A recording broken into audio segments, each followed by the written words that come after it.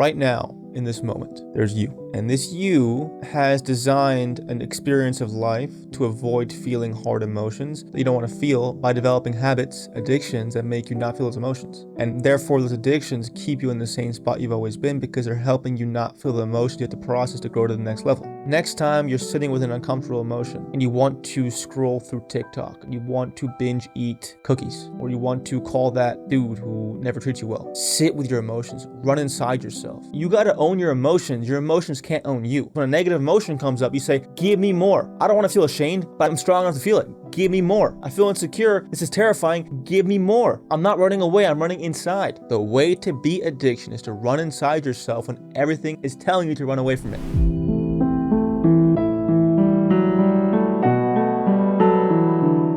Hello, everyone. Welcome to a new episode of the New Age Sage podcast. Today's episode is all about addiction. And, addiction takes many forms. Could be drugs, could be Instagram, could be food, could be validation from others in romance, could be love addiction. Addiction is a multifaceted beast that rears its ugly head in every direction it can possibly go. And the trick is to be aware of when that ugly beast is rearing its head towards our lives and to take over and to heal the thing that's causing us to go down that road. I have lots of experience as an addict. I was a drug addict, been a love addict, and I still can fall into that at times if I'm not careful with myself. And that addiction can go many places, right? It can go to controlling my eating. It can go to being super strict about workout regimens and ice baths, and it can move anywhere, really. So I think we all deal with this nowadays. Every client and patient I have, they're ultimately, what's stopping them from reaching their highest potential is stopping addictive habits. So I'm just contextualizing the dire issue we're facing nowadays with addiction. I think we're all aware of how bad it is. Not to shame it, but to see how it's occurring. Because I'll explain this. Right now, in this moment, there's you. And this you has designed an experience of life to avoid feeling hard emotions it doesn't want to feel out of fear, and to not repeat past mistakes. So it keeps you in a state of comfort that never lets you expand to your highest potential because you're afraid of feeling emotions that you have to face once you go to that side of life. Okay? Now, what happens is that you ward off those emotions that you don't want to feel by developing habits, addictions that make you not feel those emotions. And therefore, those addictions keep you in the same spot you've always been because they're helping you not feel the emotions you have to process to grow to the next level. Okay? So what I have to help all my patients with and teach them, and myself too, is that for you to go to the next level of consciousness, for you to expand your awareness and to feel love and to accomplish what you want to accomplish, you have to let go of the things that help you numb out your emotions that you don't want to deal with in the first place. Okay? So, how does this play out? All right? I'll start off my experience with drug addiction, okay? Because it's not what everyone really understands or unpacks. I was a very sensitive kid. My addiction occurred in college when I was about 19. And I was deeply ashamed of who I was. I didn't understand why people liked me. I didn't understand why women liked me. And I felt like if I failed at anything, if I got a bad score on a test at school, it just triggered this ball of shame. Deep down, I was deeply, deeply ashamed of myself. And if anything I thought would make me feel powerful didn't occur, the shame bomb would explode. And that shame bomb would explode in moments of getting a bad score on a test. I went to an Ivy League college. And for a long time, I was bottom of the class. I didn't do well in school. I was laughed at inadvertently. I wasn't bullied, but it was just like, I was kind of stupid. I was always in the dumb classes, and I always would just do terribly on tests. And that was a painful experience. And, I eventually realized if I worked hard enough, I believed in myself enough, I started accomplishing things, right? And that was a good lesson to learn. That you work hard enough, you believe in yourself, anything can happen. The same happened with sports, with basketball. It was the same with basketball. It was really bad, laughing stock, and I became really good because I realized no matter what anyone thinks, no matter what anyone believes, if I work hard enough and I believe in myself, over time I'll come out on top. And it happened. I got really good at basketball, and I went to an Ivy League college, and I did very well at the Ivy League college. I came out with a pretty high GPA, super high actually, and I did very well in my classes. And it was because of that. But in that matrix, I felt like I needed to do well. I needed to perform at a high level, or else what? Or else I was a ball of shame. I was that dumb, retarded kid in class who no girls liked, had no friends, and was in the corner, munching on a burrito. I don't know what I was eating back then. That might have been a racist stereotype for myself. It's probably a box of Cheerios. But all I wanted to do was avoid feeling like that useless, worthless kid that got no validation and felt so powerless and devoid of love. All I wanted to do was avoid that feeling. And that feeling was shame and fear, like a ball of shame, like I wasn't enough, that I wasn't a man. A whole life was spent avoiding that emotion. So fast forward to college, I started doing very well. And more importantly, I started to attract women like a movie. It was pretty insane. And what happened with that is I thought it would be easier, right? I thought it was like, oh, I'm doing well now. But the stakes and pressure only became higher. So, because the more you're in that image of I was that, very popular alpha man at school who kind of led the social scene. I had my pick of the litter with women, and every guy was bowing down to want to be friends with me. I'm not saying that out of pride; it just was what happened. I created that for my ego. Anyways, I was so attached to that position of being the king in an artificial way, because it was such a disparate weight I felt deep inside. I felt so ashamed of myself that the fact that I was popular and getting girls and doing real in school was like reinforcing the fact that I'm not this ball of shame. Like, this is not real. I was creating a split from my shadow and my shame. And that split resulted in me putting more pressure on myself because I couldn't let the ball drop. So that meant whenever I had the possibility of doing bad in a test, or this girl I was seeing was being distant, whenever the curtains were fading away of me feeling like I'm the king, I felt like a ball of shame, like that kid in the back of the class. And I was like, I'm not that kid anymore. Why am I still feeling this way? I'm not that kid at home, running after mom when she's leaving the house. I'm not. That's not me anymore. But it felt like I was dying all the time. Anytime anything left my control, and the probability of that thing happening would lessen my perceived status and power in the world, I would literally feel like I was dying and panicked. Then drugs came in. Then alcohol, weed, Klonopin, Adderall, that came in. So what ended up happening is that when there was a moment of, there's two examples I can think of. When I would feel like, I took Adderall every day, but sometimes I upped the dose to a higher dose than I should have been taking. And that was specifically when, let's say I had a hard test coming up and I had to do well. I wasn't memorizing things fast enough. I wasn't feeling good enough. I was like, I might fail this test.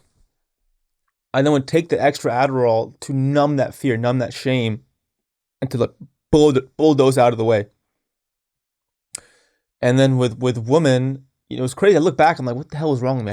I didn't know anyone else that was doing as well with women as me, and it still happened. But if I was seeing a girl and she wasn't texting me back for a bit, I felt she was distant. When I was 19 or 20, I would literally like pop Klonopins like Tic Tacs, because that triggered my shame deeply. I didn't want to feel it. To unpack that experience, two things happened there.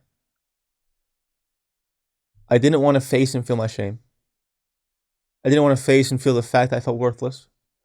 I didn't want to face the feeling that I felt like I was a piece of shit that no one wanted to love. I avoided that feeling so strongly that any time I was reminded of it, I had to numb it. Because accepting that feeling as real was too painful. Because that reality of me was so horrible, and I spent my whole life disproving it. I spent my whole life being a boss, being a perfectionist, because that version of me felt so disgusting. So my whole addiction was running away from that side of me that felt so ashamed of myself and so afraid of losing everything and the ball was going to drop. I was a ball of fear and shame and insecurity, and I didn't want to face those things. So I loved drugs because drugs helped me not face those emotions. And I think that's the first layer of addiction here. The first layer of addiction that no one really understands, the 12-step misses. Thank God I didn't do 12-step, because 12-step misses this, is that any addictive tendency is a reflection of you not wanting to face yourself and specifically the emotions you perceive as negative, mostly shame, insecurity, fear, and lack. When humans don't want to face those things, which they never do, they'll do whatever it takes to numb themselves and face those emotions, which end up manifesting as addictions, right? For instance, men go to a bar or a club. They feel deeply ashamed of themselves and insecure that they're not strong enough or powerful enough to get women. So they drink that feeling away, so they develop a false sense of confidence and then go flirting with girls while they're drunk. And the next morning they wake up and they feel like shit again. So every human being has developed tendencies to avoid feeling their emotions. And addiction is, people are addicted to thinking. That's a real one. People are addicted to thinking because they don't want to feel. Thinking is the most common addiction humans have. Because when you think, what are you doing? You're not feeling. Master thinkers are master non-feelers. So almost all human beings are addicted to thought because thinking helps you avoid the feeling, right? For example, when you're afraid and you're panicking, your thoughts increase so fast and so strongly because the more you think and the more in your head, the more you're not connecting with your fear. It's actually when we connect with our feelings and our fear, the thoughts stop occurring. So the biggest addiction you have to face is actually stopping thought. And I don't mean becoming, a dumbass, downloading information from the government. I mean just giving yourself space to not use thought to run away from your emotions. That's the goal. That's what I try and practice. So again, addiction is the consequence of not facing our negative emotions because we'd rather numb ourselves and have the perception that those don't exist and to face them, right? Because once I took Klonopin, the part of me that was deeply ashamed and rejected and hurt no longer existed. I killed that part of me. So addiction is killing the part of yourself that you don't like, that you feel ashamed of. You push it in the corner and you numb it over and over again. So you're essentially killing yourself because any part of you that you develop the habit to run away from, you're abandoning. And the more you abandon something, the more it's starved of love. And the more it's starved of love, you're essentially killing yourself. So it's masochistic in a way, sadly. And therefore, the only journey out of addiction is for people to run inside themselves instead of running away. So addiction occurs is that you get a feeling you don't like, that you don't want to face, you don't want to accept. You then run away from that feeling in any way you can, and the result is you numbing the feeling. So what if you ran inside? What if you ran inside? A perspective I have that's helped me conquer my addiction is when I'm tempted to do something that numbs out a negative feeling, such as fear, insecurity, or shame, or lack of power, I sit the down in my body and I say, give me more. I love this shit. Give me more. Give me more of this fear. Give me more of this shame. Give me more. I can take it. I can feel this. I can process this. And in that moment, I'm feeling it all. I'm feeling the shame. I'm feeling the fear. I'm like, give me more. Show me what you got. Grief? Mom dead? Give me more. I'm ready to feel this shit. Give me it. I feel it and I don't think about it. I feel it. And in that feeling, you actually conquer your fear because you're only afraid of feeling the emotion. And once you say, I'm not afraid of this shit, give me more, let's go, the more that it passes you because you're not repressing it and you're there sitting with it and you're not running away. So you got to own your emotions. Your emotions can't own you. And the best way to own your emotions is when a negative emotion comes up, you say, give me more. I don't want to feel ashamed, but I'm strong enough to feel it. Give me more. I feel insecure. This is terrifying. Give me more. I'm not running away. I'm running inside. The strongest people in the world, instead of running away from their emotions, run into them. That's a bad motherfucker who's feeling ashamed, grief, insecure, and instead of running away through addictions, he runs inside himself, or she runs inside herself. and they sit in their bodies and say, give me more. I'm going to process all this shit. I'm going to process all this shame, all this grief. Give me more. And then that person stops being afraid of the negative emotions, and then they conquer fear itself because there's nothing to be afraid of because they can face anything. Imagine you're strong enough to face any emotion that comes your way. When you get there, there's no more fear because fear is a consequence of not wanting to feel certain emotions, right? You get rejected, you feel insecure. You fail a test, you feel ashamed. Fear is a fear of emotion. So when you say, I'm strong enough to handle any emotion, I'm always going to run inside myself, you win. That's a bad motherfucker. And you got that. You got that in you. Any human has that ability to run inside and feel their damn emotions. You got it. So that's the first step to addiction, is to run inside yourself when everything inside you wants to run away. Again, the way to beat addiction is to run inside yourself when everything is telling you to run away from it. Okay? And when you start running inside yourself, you realize that you are your healer. You are your powerful person. You are the one who can heal yourself. And healing is feeling. Because when you're not feeling, you're running. And running is the opposite of healing. So if you're a really good runner and you're amazing at running away from your emotions, you're a really bad healer because you're not healing yourself, because healing yourself is feeling yourself. So the runners abandon themselves, abandon their negative emotions, and develop addictions to run away from themselves. Healers run into themselves and they really feel their shame, feel their pain. That's a healer. Don't be a runner, be a healer. And a healer is someone who runs inside themselves. So I hope that helps. To map this out in detail, next time you're sitting with an uncomfortable emotion and you want to scroll through TikTok and you want to binge eat cookies, or you want to go do your third Barry's Bootcamp workout, or you want to call that dude who never treats you well, sit with your emotions, run inside yourself.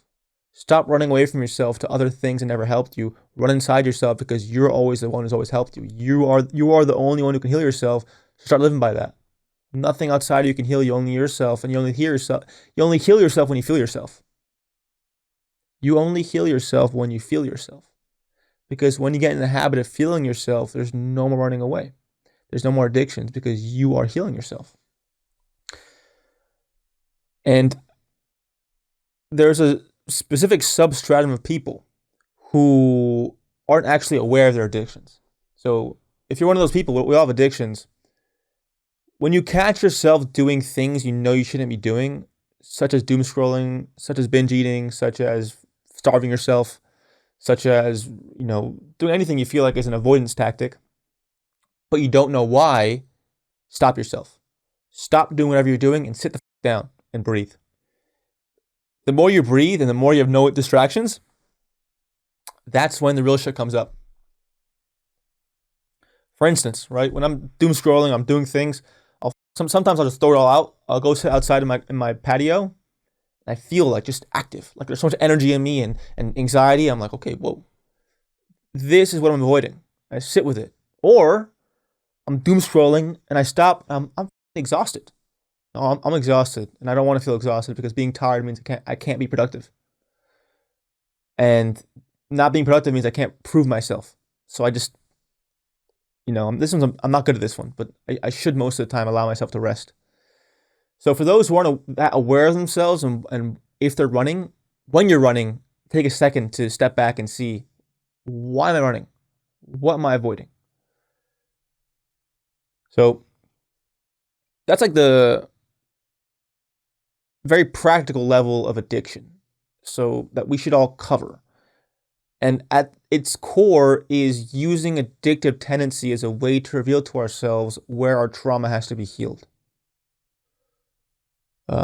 You can't 12-step your way out of trauma. You can't run away from trauma. It's something you're gonna have to face eventually, and all your addictions are pointing you towards it. That's why I'm so happy that I was a drug addict at such a young age, because it showed me that I can't outrun this stuff. I have to face it, I have to heal it, and I'm still healing it 6 years later. Okay, now for the deeper, more PhD level of addiction. If you all are ready, this is where the good stuff occurs. This is where the really complex stuff occurs. The PhD level of conquering addiction is as follows. deep down in all of our psyches is the goal of becoming the self. And the self is the version of you that needs nothing, that feels totally okay in the present moment. Look, I've taken a handful this big of Klonopin, I've stuffed it down and mixed it with alcohol, and I've sat there in total bliss, right? When I've asked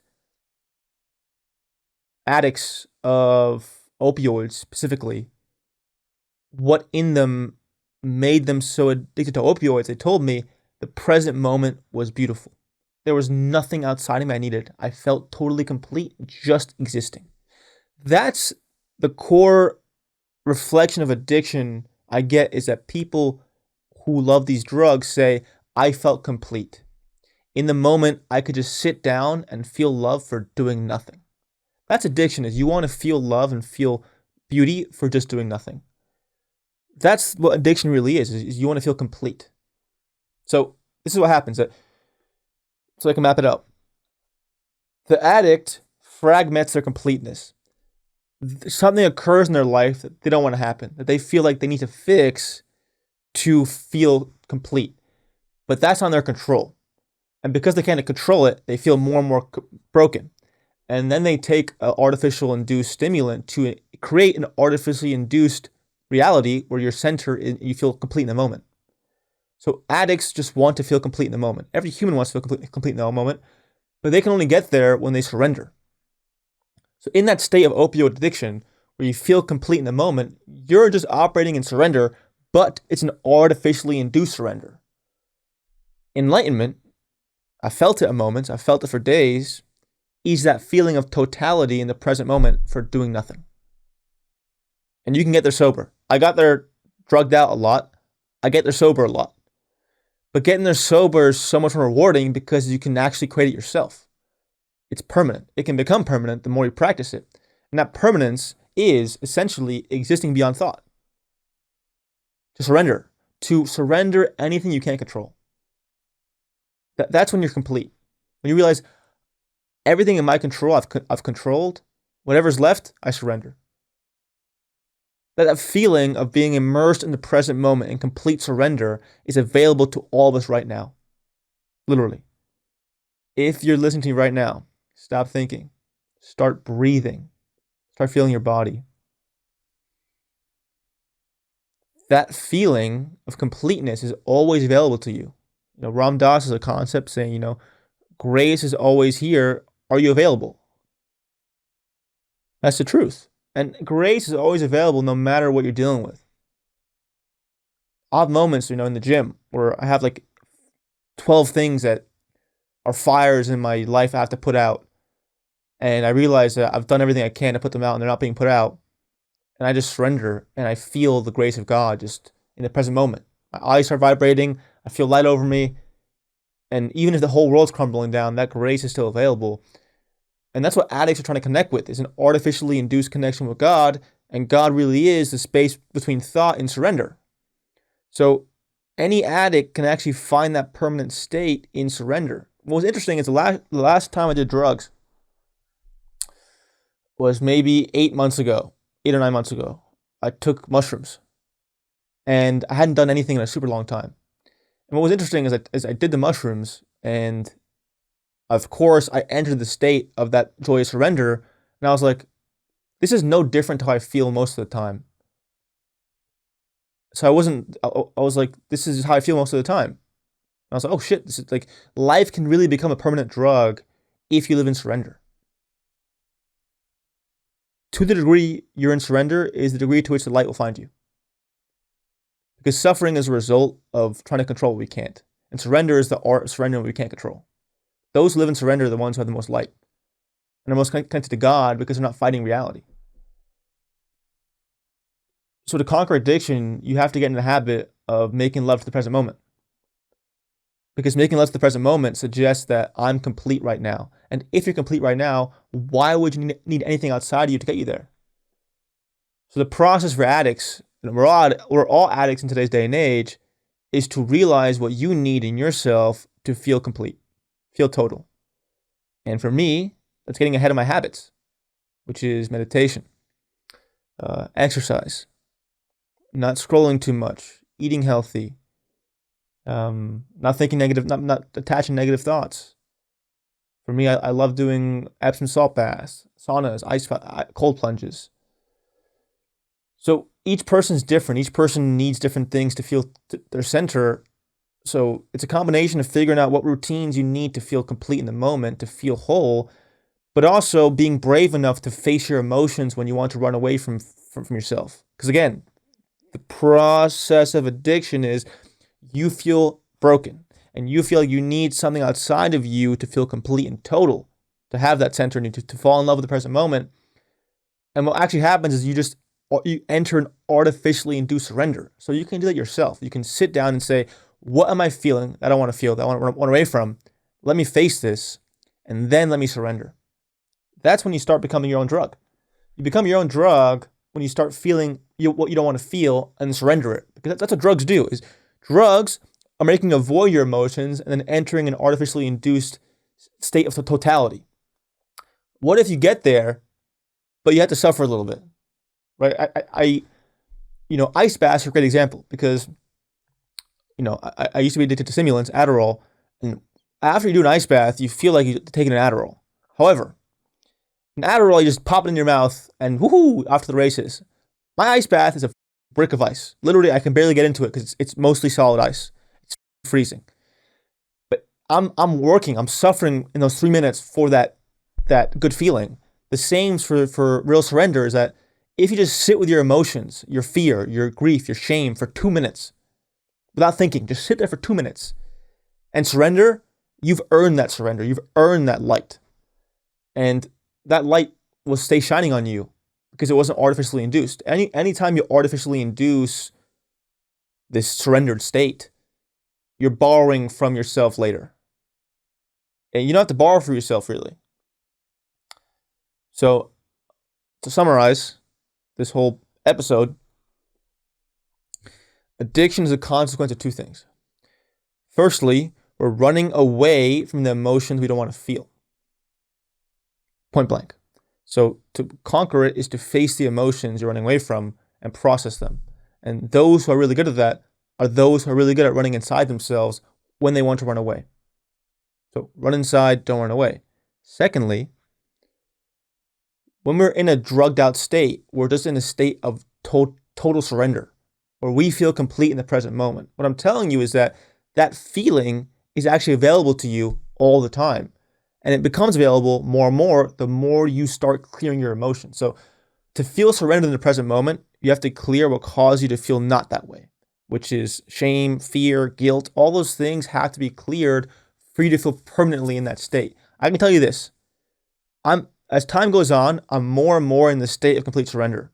Not 100% there, but compared to 4 years ago, it's like 800 times more in that state because the work's paid off. And the work is repeatedly running inside yourself and feeling yourself when you want to run away. And the more you do that, the more you clear the energy from your vessel that's stopping you from being in surrender.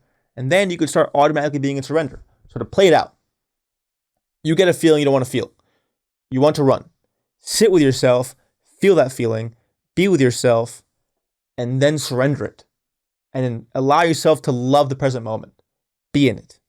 Okay? It's important to develop habits and tactics that help you stay in a state of nervous system regulation. Because the more regulated the nervous system is, the more you can actually sit with those intense emotions. To close it off, I can speak of my process. I haven't taken drugs in a long time. But the only thing I still deal with is neediness and anxiety and fear in my relationship. And it literally could come out of me believing some dumb thought, and then I'm sitting there like, oh, and it never is true. Every single time it's never true. Or she could be mad at me over something, and I'm like a little boy. No, mommy, please don't be mad at me. I have to face that shit. But when I'm like trying to fight it and running, like, oh my God, I can't take drugs. I'm gonna run around like a crazy man. It's way worse. At least I'm being with it. But what helps is to sit down, calm yourself down, light some Palo Santo, light some incense, and breathe. Do breath of fire. Breath of fire is great for this. Breath of fire is for 3 minutes doing this with your nose. and pumping your stomach from the way you breathe. So when you inhale, your belly's coming out. When you exhale, your belly's coming down. So you go pumping your stomach 3 minutes, and at the end of 3 minutes, breathe all the way in, and start contracting doing Kegels. And you can pull all the energy from your lowest chakra up to your crown chakra, and then that really helps you clear energy and clear the tension in your nervous system. So you'll see that once your nervous system is regulated, you feel complete in the moment. So someone who feels complete in the moment is just someone with a regulated nervous system. That's it. So whenever you feel like you have to run away from yourself and grab something or do something or take something, regulate your nervous system, and then you'll find that you feel good in the moment. And when you feel good in the moment, you don't need anything anymore. So I hope this helped. Thank you.